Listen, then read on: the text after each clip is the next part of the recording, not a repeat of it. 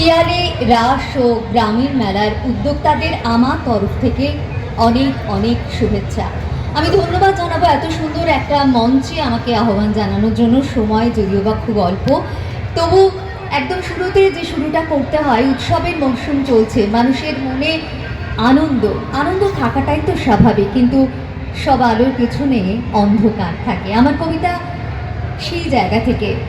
যখন আমরা আগেকার দিনে দেখতাম যে মৃৎশিল্পীরা, অর্থাৎ যারা ঠাকুর গড়েন, তারা সারা বছর ধরে এই দিনগুলোর জন্য অপেক্ষা করে থাকেন যে কখন বায়না আসবে, কখন তাদের ডাক পড়বে, কারণ তাদের ঘরে বড় অন্ধকার। সেই অন্ধকার দূর হয়ে যায় যখন সেই ঠাকুর গড়ার ডাকটা পড়ে।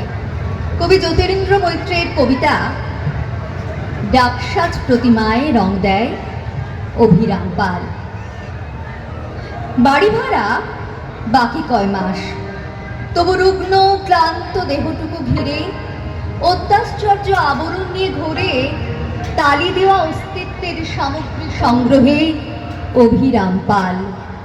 লগ্নজুড়ি কন্যা তার, স্ত্রীও ধোঁকে শ্বাস রোগে, রেশন আনার করি বাড়ন্ত সংসারে, বাঁচবার অধিকার ধার করে কয়েকদিন চলে, তারপর অনিবার্য শেষ হয়ে যাওয়া।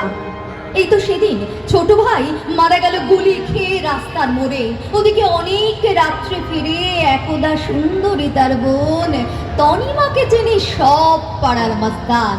অত্যন্ত পঙ্কিল ঘৃণ্য জীবনের ফেন পুঞ্জ পণ্য দেহ ঘিরে অবিরাম ঘূর্ণাবর্ত রচে। ইতিমধ্যে আকাশ কি ফর্সা হয়ে ওঠে, নীল নীল আকাশের গায়ে লাগে কাশ ফুল মেঘ। ছোট ছোট সারি সারি আশ্বিনের বাৎসরিক সমারোহ ফুটে ওঠে চোখে। ঢাকিরা বায়না নেয় স্কুলের উদ্গ্রীব ছেলে মেয়েদের শির দাঁড়াবে, ছুটি শির শিরিয়ে উঠে।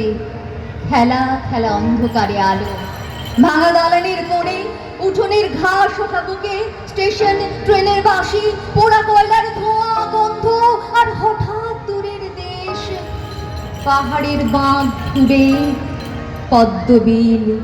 এই সব চাল চিত্র নিয়ে গহনার নৌকা করে প্রতিমারা পিতৃগৃহে আসে।